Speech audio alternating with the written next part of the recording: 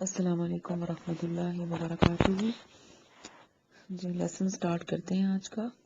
آج ہم نے سورۃ آل عمران کی آیت نمبر 84 سے پڑھنا ہے. تو اپنا لیسن سٹارٹ کریں گے ہم ایک حدیث سے. اللہم صلی وسلم وبارک علی محمد. یہ مسلم شریف کی حدیث ہے. حضرت ابو ذر غفاری سے روایت ہے کہ رسول اللہ صلی اللہ علیہ وسلم نے فرمایا کہ تم میں سے ہر شخص کے جوڑ جوڑ پر صبح کا صدقہ ہے. بس ایک دفعہ سبحان اللہ کہنا بھی صدقہ ہے، الحمدللہ کہنا بھی صدقہ ہے، اور لا الہ الا اللہ کہنا بھی صدقہ ہے، اور اللہ اکبر کہنا بھی صدقہ ہے. اس شکر کی ادائیگی کے لیے 2 رکعتیں کافی ہیں جو آدمی چاشت کے وقت پڑھتا ہے. تو اس حدیث کا کیا مطلب ہے؟ مطلب یہ ہے کہ آدمی کو اپنے ہر جوڑ کی طرف سے شکرانے کا جو صدقہ ہر روز صبح کو ادا کرنا چاہیے، وہ چاشت کی 2 رکعتیں پڑھنے سے وہ پورا کیا جا سکتا ہے. اور اللہ تعالیٰ اس مختصر شکرانے کو اس کے ہر جوڑ کی طرف سے قبول فرماتے ہیں. اور یہی وجہ ہے کہ یہ نماز جو ہے، نماز چاشت کی جو ترغیب دی گئی ہے، نماز ویسے بھی ایک ایسی عبادت ہے کہ جس میں انسان کے سارے اعضاء، اس کے تمام جوڑ، اس کا ظاہر، اس کا باطن سب ہی شامل ہوتے ہیں. تو نماز چاشت کو خاص طور پر کہا گیا کہ یہ ادا کرنا جو ہے وہ انسان کے جو جسم کے اندر جوڑ ہیں ان تمام کا وہ ایک طرح کا صدقہ ادا ہو جاتا ہے. تو یہ نماز جو ہے اس کو آپ روٹین بنائیں کہ اس کو پڑھیں. اللہ تعالیٰ ہمیں توفیق دے کہ ہم اس نماز کو پڑھیں.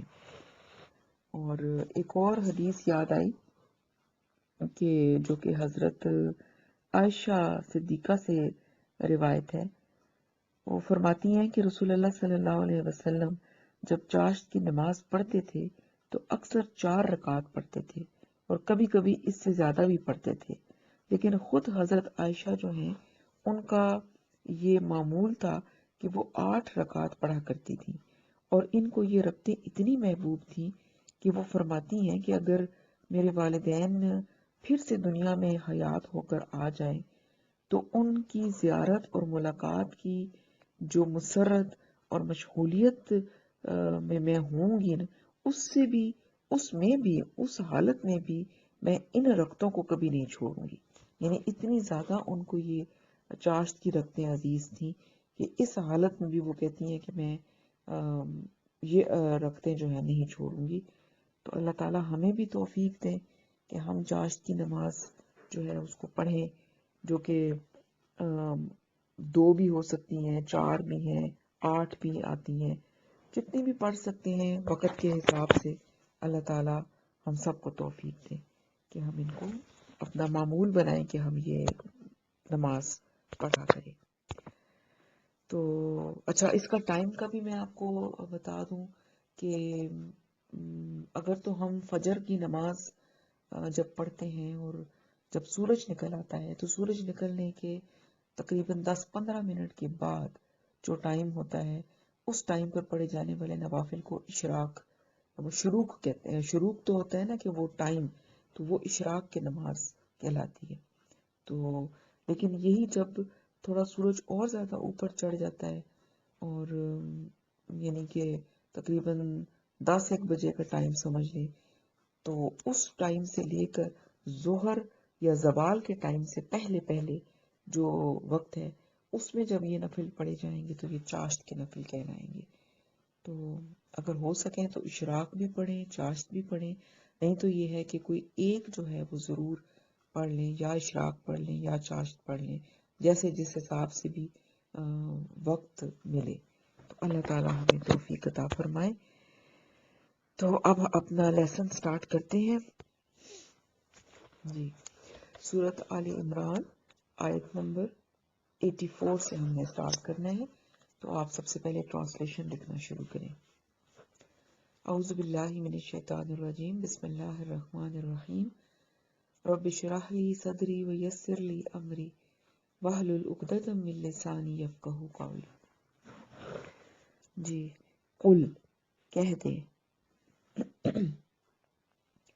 آمنا آمن ایمان لائے اور نون زبر الف نا ہم. آمنا ہم ایمان لائے. باللہ با پر اللہ اللہ اللہ پر. و اور ما جو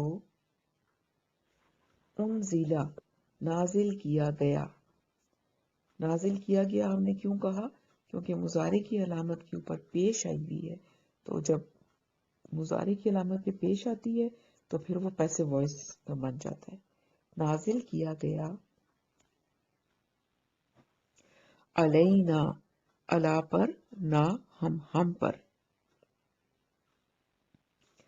و اور ما جو انزلہ نازل کیا گیا علا پر ابراہیم ابراہیم علیہ السلام. و اور اسماعیل اسماعیل علیہ السلام. و اسحاق اور اسحاق علیہ السلام. و یعقوب اور یعقوب علیہ السلام. والاسباطی اور اولاد یعنی ان کی اولاد پر. و اور ما جو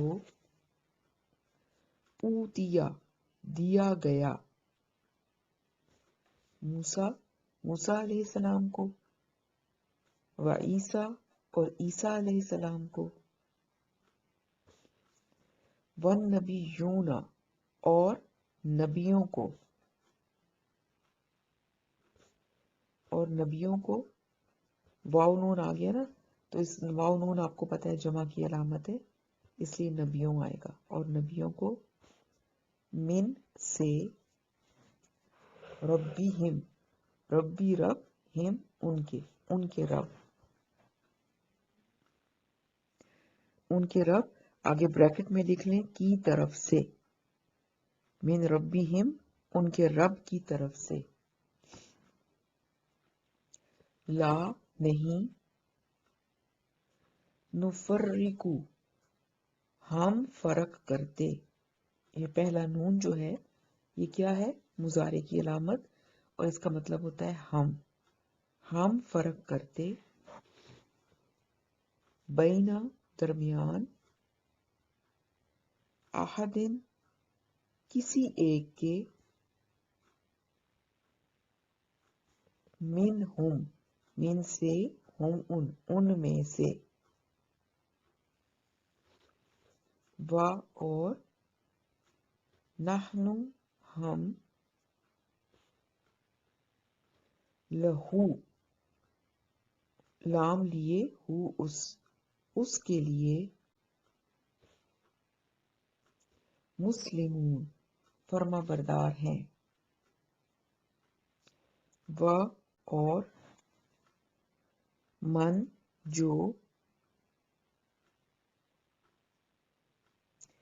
یبتغی چاہے گا.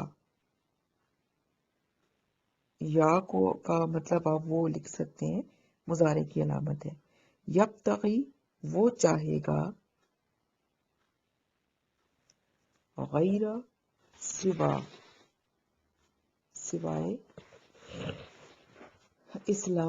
اسلام کے دینن کوئی دین.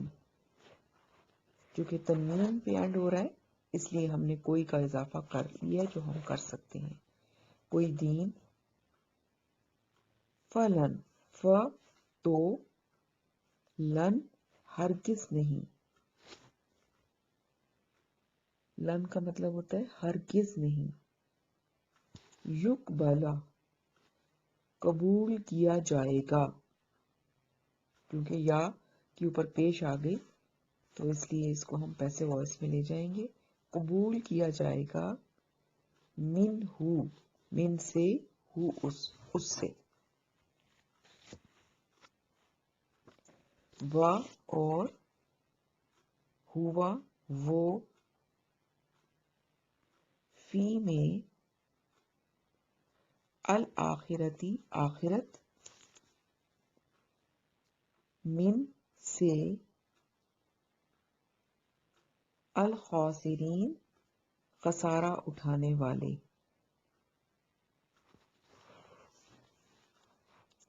کیفا کیسے، یا کیوں کر، کیسے یا کیوں کر جو بھی لکھ لیں، یہدی ہدایت دے گا، اللہ اللہ، یہدی میں آپ اگر بہت لفظی ترجمے پہ جائیں تو یا کا ترجمہ بھی آپ کریں گے جس کا مطلب ہوگا وہ، چونکہ یہ مضارع کی علامت ہے، یہدی وہ ہدایت دے گا، اللہ اللہ، لیکن جب ہم اس کو بامحاورہ لاتے ہیں تو پھر ہم وہ ہٹا دیتے ہیں، اس لیے کہ اللہ آگے موجود ہے، اس لیے ہمیں وہ کہنے کی ضرورت نہیں ہے۔ یہد اللہ ہدایت دے گا اللہ، قومن قوم کو، کافرو کفر کیا، ایسی قوم کو، کافرو جس نے کفر کیا، جب ہم بامحاورہ کریں گے تو ہم یہ چھوٹی چھوٹی ایڈیشنز کر لیں گے۔ قومن جو کہ تنوین پہ ختم ہو رہا ہے اس لیے ہم ایسی لگا سکتے ہیں ساتھ تنوین کی وجہ سے بھی، ایسی قوم کو کافرو جس نے کفر کیا، بعد ایمانہم ایمان ہم ان کے ایمان، بعد ایمانہم ان کے ایمان لانے کے بعد، و اور شاہدو انہوں نے گواہی دی، شاہدو انہوں نے گواہی دی۔ اب انہوں کہاں سے آیا؟ میں نے پہلے بھی آپ کو بتایا تھا کہ جب آگے کرنے والا موجود نہیں ہوتا تو پھر وہ فاعل اس کے اندر موجود ہوتا ہے، فعل جو ہم بول رہے ہوتے ہیں، تو گواہی دینے والا آگے کوئی نہیں بتایا جا رہا، تو اس لیے ہم انہوں ایڈ کر دیتے ہیں۔ اور انہوں ہم نے کیوں ایڈ کیا؟ کیونکہ یہ اینڈ ہو رہا ہے واو الف پہ جو کہ جمع کی علامت ہے، تو اس لیے ہم کہیں گے شاہدوں میں انہوں نے گواہی دی، انا یہ کہ الرسول رسول حق سچے ہیں، و اور جا آئیں ہم ان کے پاس، البینات کھلی نشانیاں، واللہ اور اللہ، لا نہیں، یہدی وہ ہدایت دیتا، القوم قوم کو، ظالمین ظالم،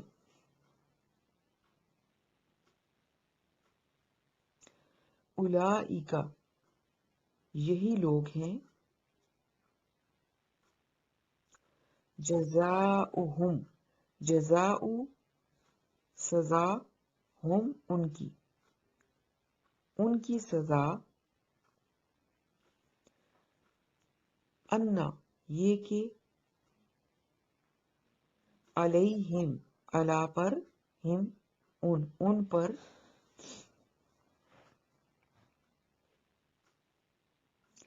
لعنت اللہ لعنت لعنت ہے، اللہ اللہ کی،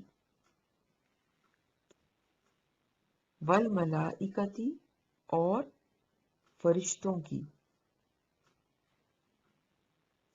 والناسی اور لوگوں کی، اجمعین تمام یعنی تمام لوگوں کی،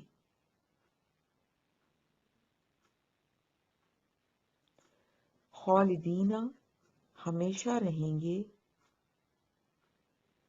فی ہا فی میں ہا اس میں، لا نہیں، یخفف ہلکا کیا جائے گا. یہاں پر پھر یا جو ہے اس کے اوپر پیش ہے، اس لیے یہ پیسو وائس بن جائے گا.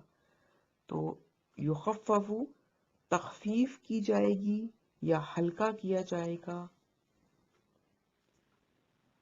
انہم ان سے، ہم ان سے.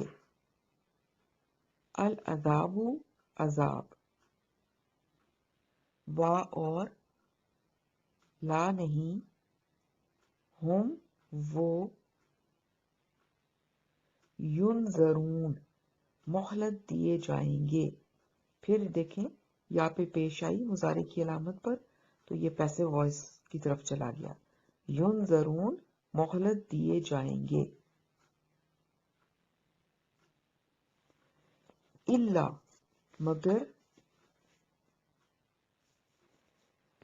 الذین وہ لوگ جو، تابو توبہ کی، من سے بعدی بعد، ذالکا اس، من بعد ذالکا اس کے بعد، و اور اصلحو انہوں نے اصلاح کی. پھر یہاں پر ہم نے انہوں اس لیے لگا لیا کیونکہ آگے فائل نہیں ہے اور واو الف ہے، واو الف جمع کی علامت ہے، تو اس لیے ہم نے انہوں لگایا. اور انہوں نے اصلاح کی، یا آپ خالی اصلاح کی بھی کہہ سکتے ہیں. فَإِنَّ ف تو، ان بے شک، اللہ اللہ، غفور بخشنے والا ہے، رحیم رحم کرنے والا ہے. ان بے شک، الذین وہ لوگ جو، کفروا کافر ہوئے، بعد ایمانہم ایمان ہم اپنے ایمان، بعد ایمانہم اپنے ایمان لانے کے بعد، ثم پھر، ثم ازدادوا بڑھتے گئے، کفرن کفر میں، بڑھتے گئے کفر میں، لن ہرگز نہیں، تقبلا قبول کی جائے گی. پھر تا پہ پیش آئی تو پیسو وائس ہو گیا. تقبلا قبول کی جائے گی، توبتہم توبہ، ہم ان کی توبہ، و اور اولئک یہی لوگ ہیں، ہم وہ، الضالون ضالون کیا ہوتے ہیں؟ گمراہ. پڑھا تھا نا ہم نے والضالین، تو الضالون گمراہ جن کا راستہ گم ہو گیا ہو. ان بے شک، الذین وہ لوگ جو، کفروا کفر کیا، و اور ماتو مر گئے، و اور ہم وہ، کفار کفر میں تھے یا حالت کفر میں تھے، تو اس صورت میں مر گئے. فلن ف تو،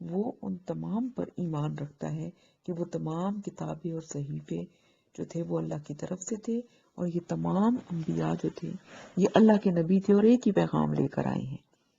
اور دوسرا کیا ہے کہ ان میں سے کسی ایک میں ہم فرق نہیں کرتے، ہمارے لیے تمام انبیاء جو ہیں وہ معزز ہیں، محترم ہیں، اور ان کے درمیان کوئی ہم تفریق نہیں کرتے جو اہل ایمان ہیں۔ اور پھر آگے فرمایا وَمَن يَبْتَغِي غَيْرَ الْإِسْلَامِ دِينًا، اور جو کوئی اسلام کے سوا کوئی اور دین اختیار کرنا چاہے گا تو کیا ہوگا؟ فَلَن يُقْبَلَ مِنْهُ، تو اس کی جانب سے اس کو قبول نہیں کیا جائے گا، وَهُوَ فِي الْآخِرَةِ مِنَ الْخَاسِرِينَ، اور پھر آخرت میں وہ خسارہ اٹھانے والوں میں سے ہو جائے گا۔ تو اللہ تعالیٰ نے پھر کیا فرمایا کہ دین جو اللہ کے ہاں قابل قبول ہے وہ صرف اور صرف اسلام ہے۔ تو اگر کوئی انسان کوئی اور دین لے کر آتا ہے تو وہ اس سے قبول نہیں کیا جائے گا۔ جیسے اب یہ یہودی تھے، حضرت موسیٰ علیہ السلام کو ماننے والے، تو حضرت موسیٰ تو اسلام ہی لے کر آئے تھے، لیکن یہ تو ان کے بعد انہوں نے اپنے آپ کو یہودی کہلانا شروع کر دیا اور اپنے دین کو بھی بدل لیا۔ تو اب وہ کہیں کہ ہم یہودی ہیں اور ہم صحیح مسلمان ہیں تو غلط ہے۔ پھر عیسائی تھے تو وہ بھی حضرت عیسیٰ اسلام لے کر آئے تھے، لیکن عیسائیوں نے پھر اپنی کتاب میں تبدیلیاں کر لی اور اپنے آپ کو مسلمان نہیں کہلایا بلکہ عیسائی کہنا شروع کر دیا۔ تو یہ دین اللہ کے ہاں قبول نہیں کیے جائیں گے۔ اللہ تعالیٰ کے ہاں صرف ایک ہی دین قابل قبول ہے اور وہ اسلام ہے، اور اس کے علاوہ اگر کوئی اور دین لے کر کوئی اللہ کی طرف جائے گا اور وہ کہے گا اس روز قیامت کے اللہ میں تو اس دین پر تھا اور میں سچا دین تو یہی تھا، تو اللہ کہتے ہیں کہ نہیں، وہ لوگ پھر خسارہ اٹھانے والوں میں سے ہو جائیں گے اس روز۔ پھر فرمایا کیف یہد اللہ قوما، کیسے ہدایت دے گا اللہ تعالیٰ ان لوگوں کو، کن لوگوں کو؟ کفروا بعد ایمانہم، کہ جنہوں نے ایمان کے بعد پھر کفر کیا،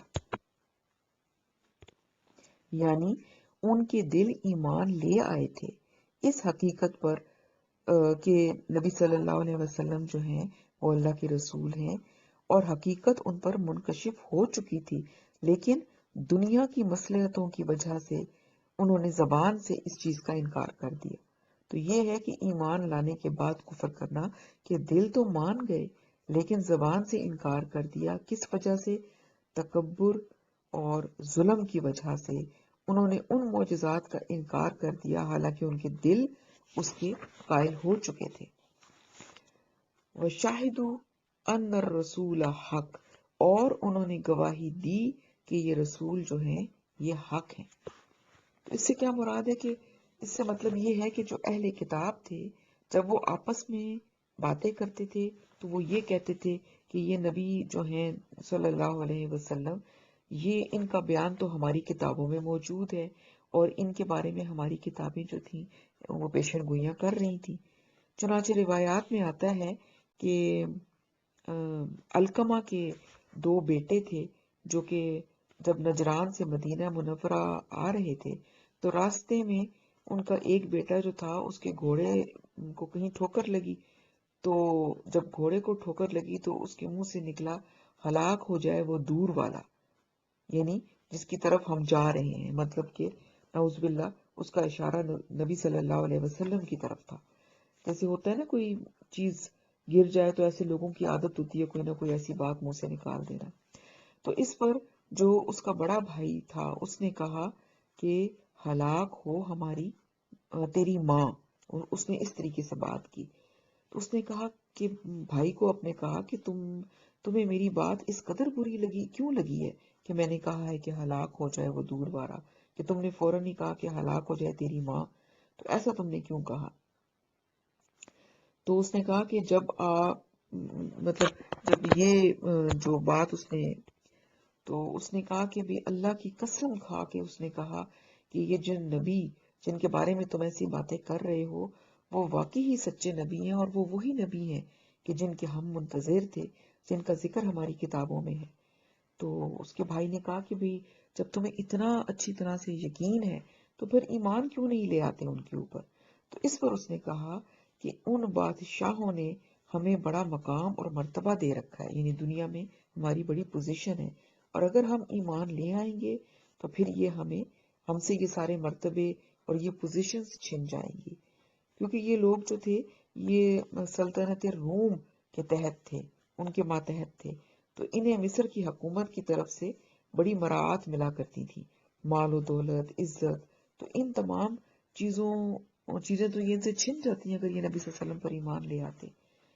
تو یہ لوگ، اور ابھی جو یہ دونوں بھائی جو تھے، یہ لوگ نبی صلی اللہ علیہ وسلم سے ملاقات کے لیے جا رہے تھے، تو یہ حال ان کا تھا کہ ان کو ابھی تو ملاقات ہوئی ہی نہیں تھی، پر ان کو اندازہ تھا کہ یہ نبی جو ہیں یہ بالکل وہی سچے نبی ہیں۔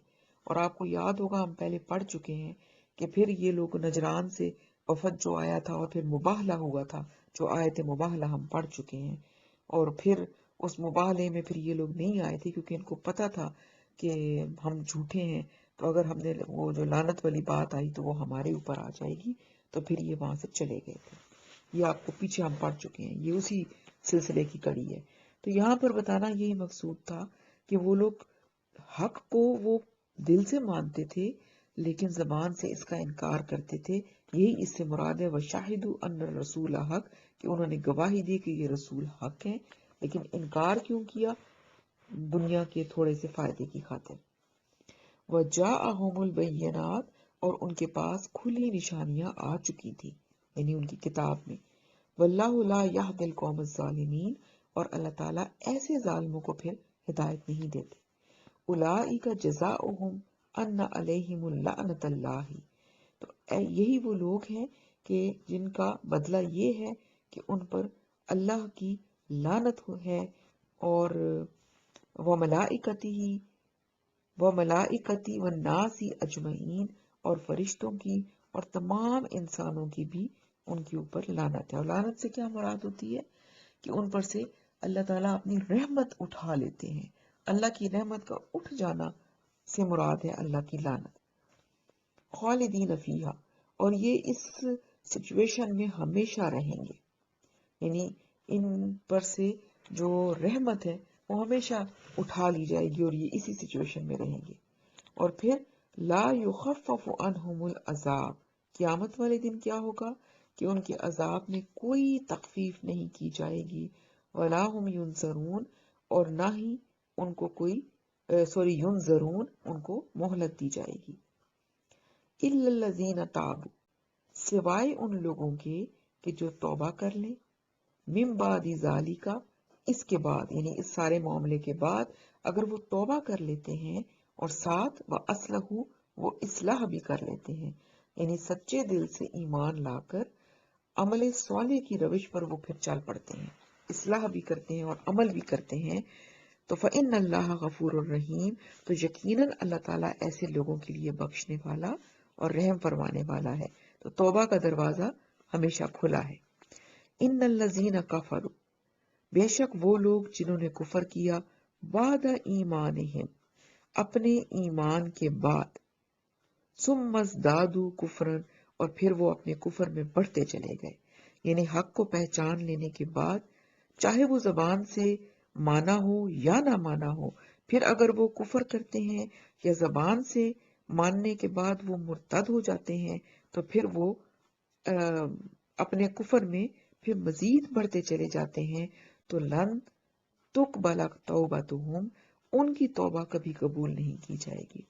وَأُولَئِکَ هُمُ الضَّالُّونَ، اور یہ وہ لوگ ہیں جو یقیناً گمراہوں میں سے ہیں، کہ جنہوں نے راستہ پایا اور پھر اس کو کھو دیا، راستہ گم کر دیا۔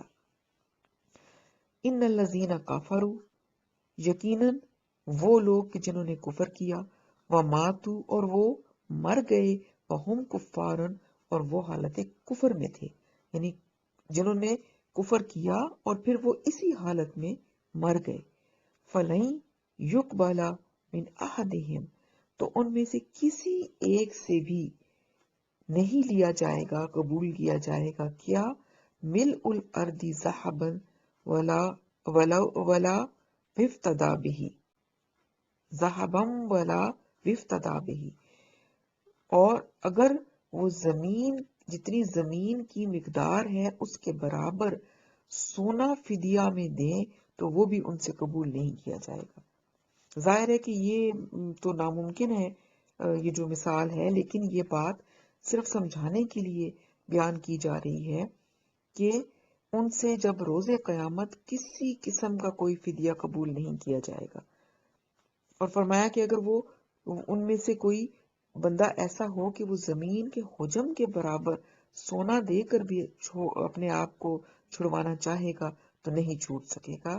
یہ وہی بات ہے جو کہ سورۃ بقرہ میں بھی پہلے آ چکی ہے، اولئک لہم عذاب علیم، تو ان لوگوں یہ وہ لوگ ہیں جن کے لیے دردناک عذاب ہوگا، وما لہم من ناصرین، اور نہیں ہوگا ان کے لیے کوئی مدد کرنے والا۔ یعنی روز قیامت دنیا میں تو ہمارے پاس یہ آپشنز ہوتی ہیں نا کہ مالدار مال دے کر اپنے آپ کو سزا سے بچا لیتا ہے، یا پھر اس کے پاس کوئی منصب والا ہے تو سفارشی ہے، سفارش کے ذریعے وہ اپنے آپ کو سزا سے بچا لیتا ہے۔ لیکن اس روز نہ تو کوئی سفارش کام آئے گی اور نہ ہی کوئی فدیہ، چاہے وہ زمین کے حجم کے برابر سونا ہی کیوں نہ ہو، وہ قبول کیا جائے گا۔ اس روز فیصلے حق پر ہوں گے، اللہ تعالیٰ کی عدالت ہوگی، تو اللہ تعالیٰ جو ہیں وہ اس روز سارے فیصلے کریں گے۔ تو اس لیے اللہ تعالیٰ سے دعا مانگنی چاہیے کہ اللہ تعالیٰ ہمیں ایمان کی حالت میں موت دے، اور زندگی بھی ایمان پر دے اور موت بھی ایمان پر دے، اور اللہ ہم سے راضی ہو جائے اور ہمیں اپنی رضا میں راضی کر دے۔ شکر الحمدللہ کہ ہمارا تیسرا پارہ بھی ختم ہو گیا۔ سبحانک اللہم و بحمدک، نشہد ان لا الہ الا انت، نستغفرک و نتوب الیک۔ السلام علیکم ورحمۃ اللہ۔